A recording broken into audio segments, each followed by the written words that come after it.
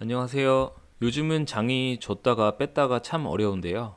TQQQ가 고점 대비 마이너스 20% 정도의 하락까지 갔다가 어제 다시 상승을 했습니다. 저 같은 경우 12월 3일에 RSI 45 미만 기준으로 첫 진입하여 12월 21일 기준 현재 플러스 3.7% 수익률로 18% 정도 방어되고 있는 모습입니다. 5회분 진입하였고요. 이번에는 좀 더 공격적인 투자로 단리가 아닌 복리로 자산을 불리는데 더욱 유효한 EMA와 RSI를 이용한 매매법에 대해서 말씀드리겠습니다. 단리법과 방법적인 면에서는 큰 차이는 없으나 이런 방법으로 했다면 복리의 효율을 더욱 높일 수 있었습니다. 시장에 계속 머물러 있지 않았는데 말이죠. 사실 가치 투자자는 시장을 떠나면 안 된다고 이야기하는 게 주류라고 생각되며, 기술적 분석을 하는 차티스트는 당연히 차트를 분석하는 이유가 안 좋을 때는 장을 떠나기 위해서이기에 항상 시장에 발을 담글 필요가 없다고 생각합니다. 제가 읽은 책 중에 인상 깊었던 문구 중에 하나가, 일반 투자자들이 실패하는 요인 중 하나는 바로 1년 내내 주식을 보유하고 있기 때문이다. 때가 아니면 물러설 줄도 알아야 한다 였습니다. 심지어 개별주, 즉 가치주, 성장주가 아닌 레버리지 3배에 투자한다면 더더욱 물러설 때를 알아야 한다고 생각합니다. 물론 제대로 된 가치 투자를 지향하며 미래 가치가 있는 주식을 꾸준히 모아가는 지혜와 인내력이 있으신 분들은 그렇게 하면 나중에 큰 수익으로 보답받을 것이라고 생각합니다. 지금 올려드리는 매매법은 어느 정도의 비중 있는 현금 자산을 일정 기간 거치하는 방법이며, 적립식은 추후 별도로 백테스트 해볼 예정입니다. 백테스트 결과를 설명드리기에 앞서 2010년부터 2021년까지는 2000년부터의 10년과는 다르게 대세의 상승장이었습니다. 이 말씀을 드리는 이유는 대세의 상승장이었기에 TQQQ로 2010년부터 테스트를 하면 어느 정도 수익률이 좋게 나올 수밖에 없습니다. 그래서 지난번에 단리에 의한 매매법을 소개해 드릴 때에도 마이너스 수익을 기록한 해에도 20% 이상 수익을 낼 수 있었다고 어필한 이유가 같은 의미이기도 하고요. TQQQ가 2010년에 상장되었는데요. 이때부터의 주가 기준 TQQQ 누적 수익률은 15,000%가 넘습니다. 원금을 넣고 아무것도 안 하고 그냥 기다렸더니 원금의 150배가 넘는다는 이야기입니다. 즉 초기에 거치를 해도 돈을 벌 수밖에 없는 시기였습니다. 그래서 어느 정도 큰 비중으로 거치를 하면서 오르면 일부를 수익 실현하고 내리면 다시 사는 방법으로 백테스트를 하더라도 수익률이 어느 정도 높을 수밖에 없습니다. 물론 역사적인 큰 하락만 없다면 매우 좋은 매매법이라고 생각되지만, 저는 언제든 예상치 못한 이슈로 큰 하락장이 올 수 있다고 보기 때문에 기회가 있을 때 수익을 실현하자고 생각하는 것이고요. 그렇다고 아무리 레버리지 3배 상품이지만 마이너스 50%보다 낮은 하락까지 항상 가능성을 열어놓고 투자하면 실제로 보유 현금에 큰 비중을 투자하기가 어렵습니다. 정작 마이너스 30% 이내 수준에서 다시 회복하는 경우가 많다면 결국에는 현금의 일부씩만 투자해야 하고 결국은 큰 수익을 기대하긴 힘들죠. 따라서 하락장, 횡보장, 상승장까지 다 커버하려면 사실상 수익률이 줄어들 수밖에 없습니다. 상승장에서 말이죠. 이런 이유로 어느 정도 손실은 감수하더라도 내가 가진 시드머니의 큰 비중으로 투자해야 수익에 대한 성과가 좋을 수밖에 없습니다. 대신 손해를 보더라도 더욱 큰 손실은 막고자 과거의 데이터를 바탕으로 손절 라인의 적정 수준을 정해야 한다는 결론에 이르렀습니다. 서론이 길었는데요. 이번 영상에서는 기간을 2010년에서부터 2021년 11년간, 다음으로 1999년부터 2021년 22년간, 마지막으로 1986년부터 2021년 35년 동안의 백테스트 결과를 보여드리겠습니다. 첫 구간은 TQQQ가 상장되어 실제 진행된 주가 데이터를 기준으로 테스트를 진행하였습니다. 엑셀 구성을 좀 설명드리자면, 날짜 그리고 종가를 다운로드 받아 EMA와 RSI를 일자별로 계산하였습니다. 여기 EMA에서는 역배열인 경우 1이 뜨게 표시하였고, 정배열이면서 RSI 계산값이 45보다 작은 경우 매수하게 되는 수식으로 적용되었습니다. 실제 매수가 되면 누적 매수 횟수가 올라가게 되고, 이 누적 횟수는 20회까지 채워지게 됩니다. 이를 바탕으로 매수 금액, 매수 단가, 매수 수량이 구해지고, 이 결과로 평균 단가와 수익률이 정해지게 됩니다. 그럼 11년 백테스트 결과를 보여드리겠습니다. 2010년부터 2021년 12월 3일까지 EMA와 RSI를 이용해 제가 생각하는 방법으로 시뮬레이션 했을 때 최대의 복리 수익률입니다. 참고로 양도세 및 수수료는 포함되지 않았습니다. 원금의 수익을 다시 100% 재투자하고 첫 진입 후 사이클당 목표 수익률은 50%로 매매했을 때 연 평균 수익률은 60%이며 11년간 누적 수익률은 17,234%입니다. 4억을 투자했다면 11년 후 690억이 넘는 금액이 됩니다. 매년 수익 내는 단리로 현금 흐름을 만드는 영상과는 다르게 복리로 최대한 수익을 극대화하기 위한 방법으로 목표 수익률이 높아졌기에 일부 연도에서는 수익을 내지 못하고 기다려야 하는 기간이 있긴 합니다. 이 기간들은 50%를 달성하기 전에 하락하며 횡보한 구간으로 보시면 됩니다. 매매법의 진행 방법입니다. 이 방법은 어느 특정 기간만 수익을 극대화하기 위한 방법이 아니며 35년간의 백테스트에서도 동일한 조건임을 말씀드립니다. 지수 이동 평균선 EMA와 RSI를 이용한 매매법으로 매수는 종가 기준 RSI 45 미만일 때 매수를 하며 매수는 내가 투자하려는 금액의 20분할로 진입하기 때문에 1회에는 금액의 20분의 1입니다. 단 역배열에서는 매수하지 않으며 역배열이란 121선이 201선 밑에 있을 때라고 정의하였습니다. 역배열에서 투자하지 않는 이유는 역배열은 지속적인 하락을 의미할 수 있으며 RSI라는 보조지표 자체가 하락장에서는 적합한 참고지표가 아니기에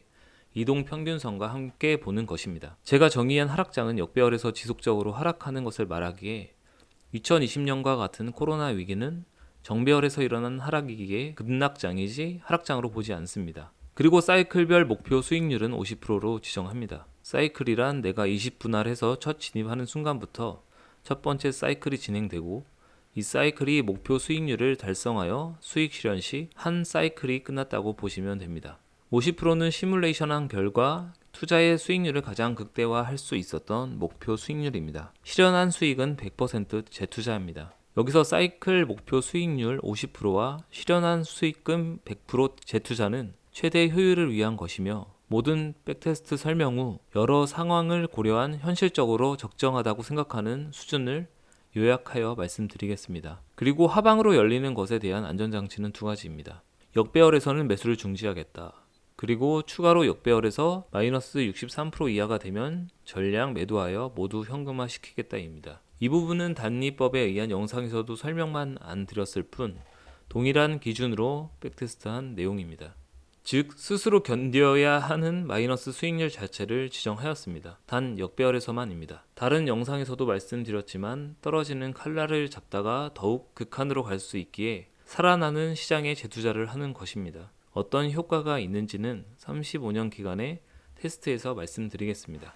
두 번째 구간 1999년부터의 테스트에서는 QQQ가 이때부터 상장되었기 때문에 QQQ 1일 수익률을 3배로 환산하여 TQQQ 테스트 최근 종가를 기준으로 역산하여 진행하였습니다. 그리고 이 기간에는 닷컴버블 붕괴와 금융위기가 포함되어 있습니다. 사실상 회복이 거의 불가능한 기간이라고 할 수 있습니다. 1999년부터 2021년 12월 3일까지의 결과입니다. 현금 적립 없이 실현한 수익을 100% 재투자했다고 할 경우 연 평균 수익률 26%에 22년간 누적 수익률 17,167%입니다. 4억을 투자했다면 총 자산이 올해 690억이 되어 있습니다. 사실 이 22년 구간만 백테스트 했을 경우 최대 수익률을 위한 적정 손절 라인은 마이너스 48%였으나 35년 테스트를 진행하면서 좀 더 하방으로 변경하게 되었습니다. 이 부분은 35년 구간에서 추가 설명을 드리겠습니다. 표를 보시면 손절 라인을 설정함에 따라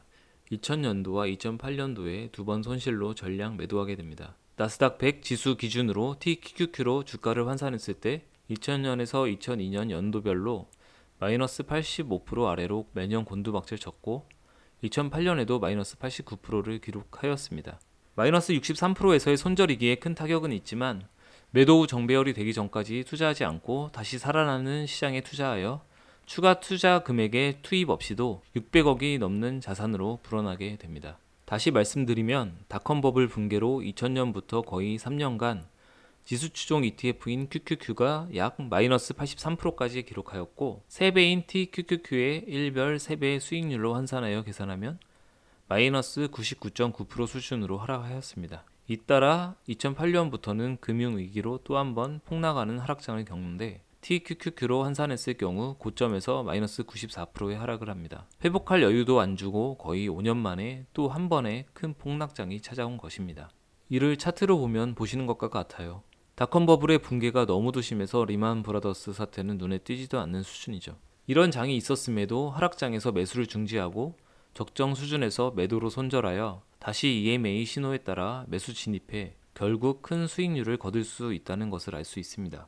역배열에서 매수를 중지하고 손절 라인을 설정하는 큰 이유는 내 현금 자산을 비중 있게 하는 투자 매매법이고 3배 레버리지 투자이기 때문입니다. 이 차트는 총 자산과 주가를 동시에 나타낸 차트로 주가는 반도체 회복하지 못했지만 자산은 복리의 효과를 보며 기하급수적으로 상승하였습니다. 물론 역배열 마이너스 63% 손절 기준에 따라 2000년과 2008년 마이너스 수익으로 실현했지만 반대로 보면 미친 듯한 폭락이 연달아 있었음에도 이 두 해를 제외하고는 큰 수익을 여러 해에 걸쳐서 거둘 수 있었습니다. 그저 큰 하락장을 버티면서 물타기해도 손익 실현만 안 했을 뿐 상당한 마이너스 수익률을 보이고 있을 것입니다. 그리고 세 번째 35년간은 나스닥 100이 시작된 1985년에서 장기 지수 이동 평균선이 그려지기 시작한 1986년부터 2021년 12월 3일까지 나스닥 100 지수를 바탕으로 TQQQ 백테스트의 최근 종가 기준 수익률 3배를 역산하여 계산하였습니다. 이 기간에는 1987년 10월 블랙 먼데이 폭락장이 포함되어 있습니다. 이를 계기로 서킷 브레이커 제도가 생겨 하루 급락의 모습은 사라지긴 했지만 계단식 하락은 있을 수 있기에 테스트에 포함시켰습니다. 35년 테스트 결과입니다. 4억을 투자했다면 14조의 자산이 되었고 연평균 수익률 35%에 누적 수익률 350만 프로입니다. 네, 350만 프로 맞습니다. 손절 라인은 동일한 마이너스 63% 기준이며 목표 수익률도 50%로 앞 기간들과 동일하게 설정되었습니다. 물론 수익을 100% 재투자한 결과입니다. 35년 총 투자 기간 동안 2000년 닷컴 버블 붕괴와 2008년 금융위기 두 번만 손절이 진행되네요. 손절 라인을 역배열 마이너스 63%로 지정한 이유가 이 35년간의 백테스트 때문인데 1987년과 1990년 2회에 걸쳐 큰 하락이 발생하나 이때도 강한 회복력을 보이며 역배열에서 정배열로 금방 전환되었습니다. 121선과 200일선의 관계로 역배열을 정의한 이유는 너무 빠르게 역배열로 정의해버리면 저점 매수의 기회를 놓치기 때문이라고 말씀드렸어요. 그런데 저점에서 잘 매수해놓고 조금의 추가 하락을 못 참고 바로 손절하게 된다면 이익의 기회를 오히려 손실로 날려버리게 되는 상황이 발생합니다. 그래서 과거의 데이터를 근거로 이러한 상황에서는 버티는 게 낫기 때문에 2000년, 2008년과는 구분하기로 하였습니다. 앞에 나스닥 100 지수 차트를 수익률 3배인 TQQQ로 환산한 차트입니다. 1987년 블랙 먼데이 폭락장과 1990년 걸프전이 있던 시기로 1987년은 83% 하락, 1990년에는 72% 하락입니다. 사실 이때도 TQQQ가 있었다면 끔찍한 기간이죠. 다시 연도별 실현 손익표를 보면 1987년에 버틴 결과 큰 수익을 냈고 1990년에도 마이너스 수익률 실현 없이 1991년에 큰 수익률로 돌아온 것을 확인할 수 있습니다. 35년간의 TQQQ로 환산한 주가와 총 자산의 차트입니다. 닷컴 버블 붕괴가 너무도 강력했기에 나머지는 티도 안 나는데요. 중요한 것은 자산은 계단식으로 꾸준히 증가했고 300만 프로가 넘는 수익률까지 달성했으니 어마어마합니다. 단순 장투가 꼭 답은 아니며 리밸런싱 없이 원하는 시점의 투자만으로도 큰 수익을 달성할 수 있습니다. 물론 손절 라인 마이너스 63%까지 참아야 하는 장이 올 수도 있지만 그 정도가 되면 TQQQ 주가는 MDD가 마이너스 80에서 마이너스 90% 수준일 것이기 때문에 이미 경제 침체 상태로 무사한 주식은 없을 시기입니다. 따라서 어차피 손절 라인까지 안 오면 시간만 걸릴 뿐 역사적으로 수익 구간으로 다시 접어들게 되었습니다. 11년부터 35년까지 기간별 백테스트 결과를 보여드렸는데요. 이와 같은 매매법으로 이 정도의 수익률을 거둘 수 있다는 것을 말씀드렸다면 저는 그래도 좀 더 현실화가 필요하다고 생각됩니다. 그래서 앞서 사이클별 최대 목표 수익률은 50%라고 했지만 영상의 표에서 보시듯 하락장이 아닌 일부 횡보 구간에서 수익을 거두지 못하는 해도 발생하게 됩니다. 그리고 어느 정도 상승하는 장에서 50%까지 달성 못하고 다시 하락하면 허탈하여 심리적으로 안 좋은 영향을 끼칠 것이라 생각합니다. 그래서 복리로 수익을 극대화하기 위한 목표 수익률 대신에 저는 좀 더 수익 실현을 자주 하고 싶기 때문에 29.5%로 사이클당 목표를 하향 조정하려고 합니다. 그리고 투자 금액 100% 투입 기준으로 테스트를 진행했지만 투자 목적이 단순 노후 보장이 아닌 경제적 자유를 누리는 것이기에 수익 실현 시 현금을 20%씩 적립하도록 할 예정입니다. 이와 같은 조건으로 변경하여 시뮬레이션 하면 누적 수익률과 연도별 수익률이 어떻게 변경되는지 보여드리겠습니다. 지금 보여드리는 것은 투자금은 수익 실현의 80%를 재투자하고 29.5%를 사이클 목표로 설정했을 때 결과예요. 20%는 수익 실현 시마다 현금으로 적립하는 것입니다. 이렇게 했어도 35년간 6,500억이 넘는 자산이 만들어지고 현금도 꾸준히 늘며 1,310억이 적립됩니다. 1986년도에는 200일선이 생기는 시점인 7월부터 투자해서 수익 실현을 못했다고 보시면 됩니다. 나머지 일부 수익 미실현 구간은 약세장이거나 다음해 초에 수익 실현한 경우입니다. 마지막으로 제시한 조건의 수익 실현 상세 내용들을 보여드리겠습니다. 보시다시피 실현 못하는 해가 있어도 한 해에 여러 번에 걸쳐서 수익 실현하는 경우도 많기 때문에 큰 하락장이 아닌 이상 심리적으로 크게 초조할 상황이 되진 않을 거라 생각됩니다. 1999년도에도 수익 실현을 많이 하게 되고요. 심지어 2000년 닷컴버블 붕괴로 마이너스 실현하기 전에도 수익은 실현하였습니다. 2008년 금융위기에 마이너스 수익이 또 실현되지만 하락장이 끝난 2010년부터 다시 한 해에도 여러 번 걸쳐 수익 실현하는 모습입니다. 2017년에도 3회나 되고 2020년에도 3회, 2021년에도 이미 3회로 큰 수익을 실현합니다. 투자는 진행 순간부터 본인의 몫이고 쉽게 수익을 얻는 법은 없습니다. 다만 이런 방법으로 했을 때 인내심이 있고 평정심을 유지할 수 있다면 큰 수익으로 보답하지 않을까 합니다.